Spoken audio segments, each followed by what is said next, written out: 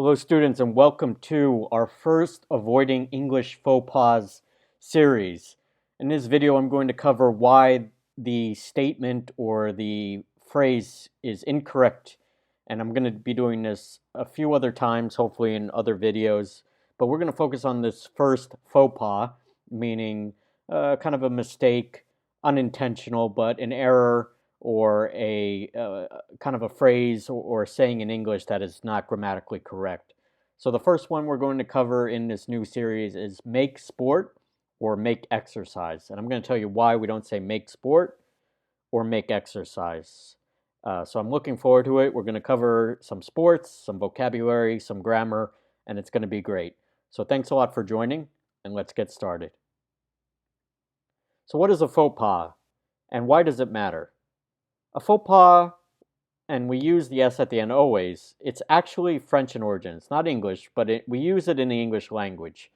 And when we say faux pas, it's pretty much understood in English, and all the translation can vary from French, but we understand it to mean a false step or a false description or kind of a false positive, false equivalence.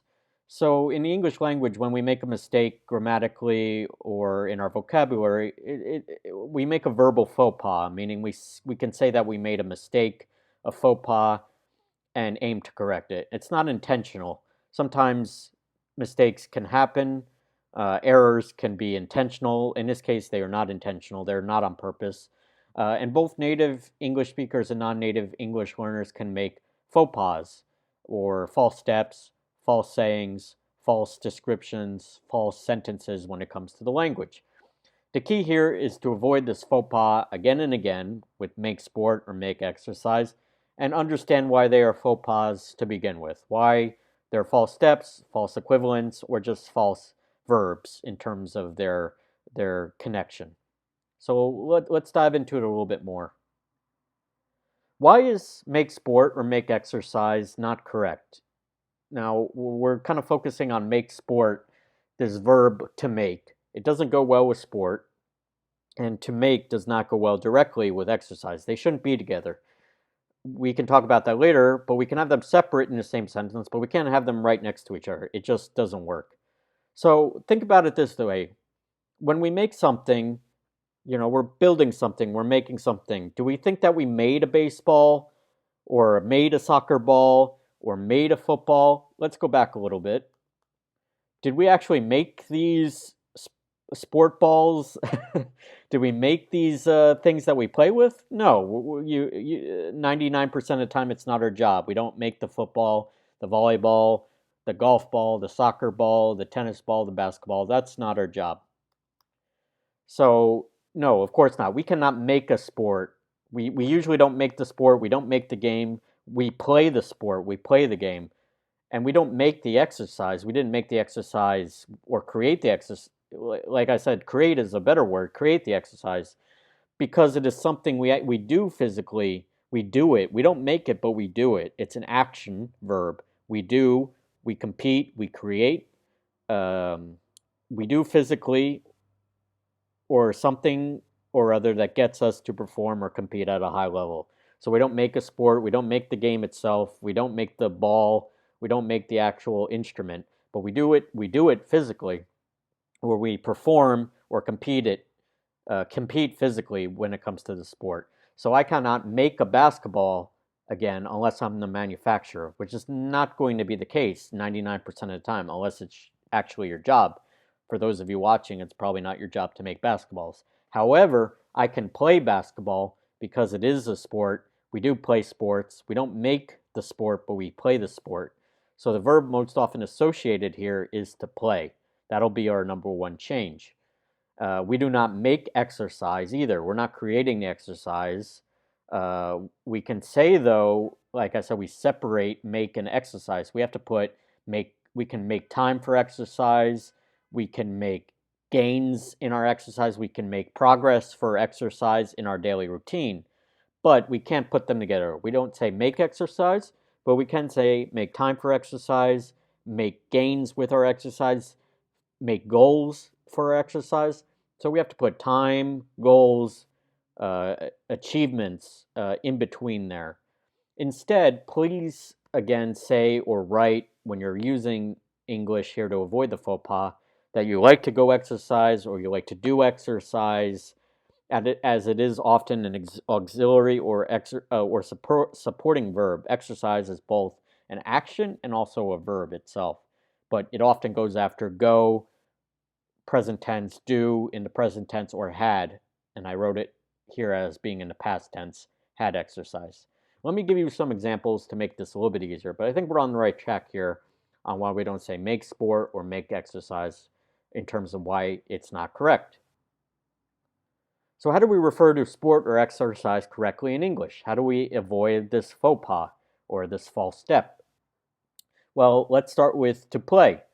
Instead of saying I like to make a sport, we would say I like to play a sport because it keeps me physically active, right? I like to play a sport because it keeps me physically active. I'm doing an activity, I'm doing an action, I'm playing the sport.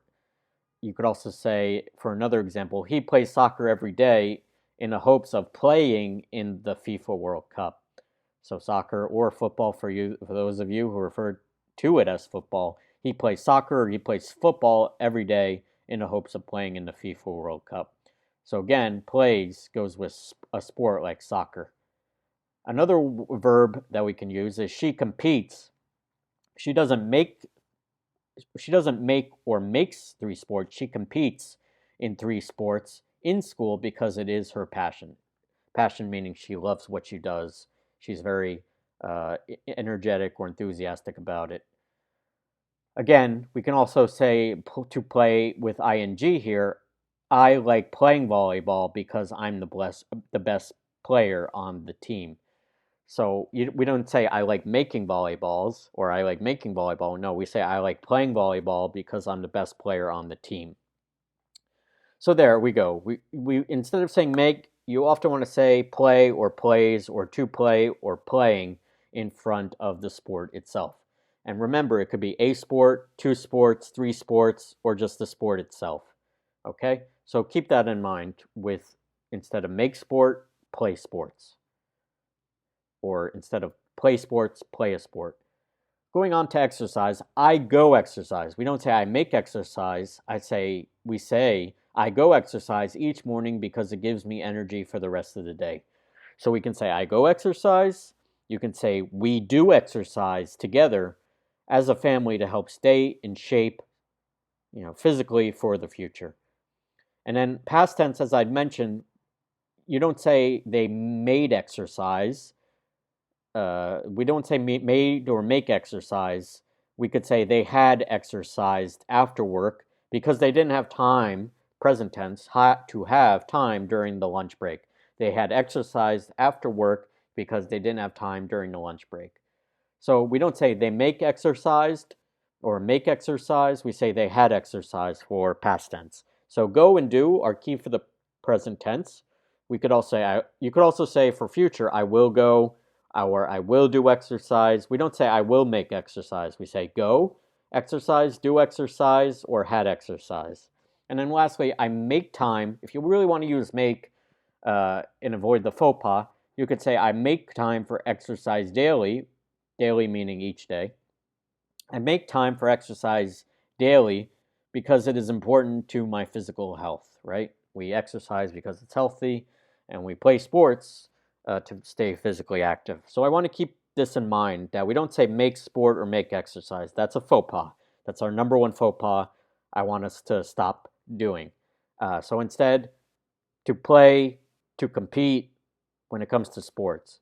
To exercise, you could say exercise on its own. I exercise, we exercise, they exercise. Or you could say I go exercise, we do exercise, and in past tense, they had exercised as well. So keep that in mind. This is really important. I use these examples. There are 8 of them, and I hope that it'll help you avoid this faux pas in the future. So sometimes we do it by mistake. We don't know the correct verb. Here's why I'm starting this new series now to help you avoid these false steps, false equivalents, or just false descriptions. So thank you so much for watching this new video in this series on avoiding faux pas. Be sure to check out our other great YouTube videos from learning the entire English alphabet from A to Z to fixing sentence errors that are a lot more in depth and detailed than just these faux pas to improve your English grammar. Don't forget to hit the like button for this video or hit the subscribe button to our English from A to Z channel below to follow us here on YouTube and become aware of new videos. If you have any questions or would like to subscribe to our official newsletter, please go to our website, www.englishfromatoz.com/newsletter. Again, my name is Ben with English from A to Z, and I'll see you soon for another Avoiding English Faux Pas video. Thanks so much, and take care. Bye-bye.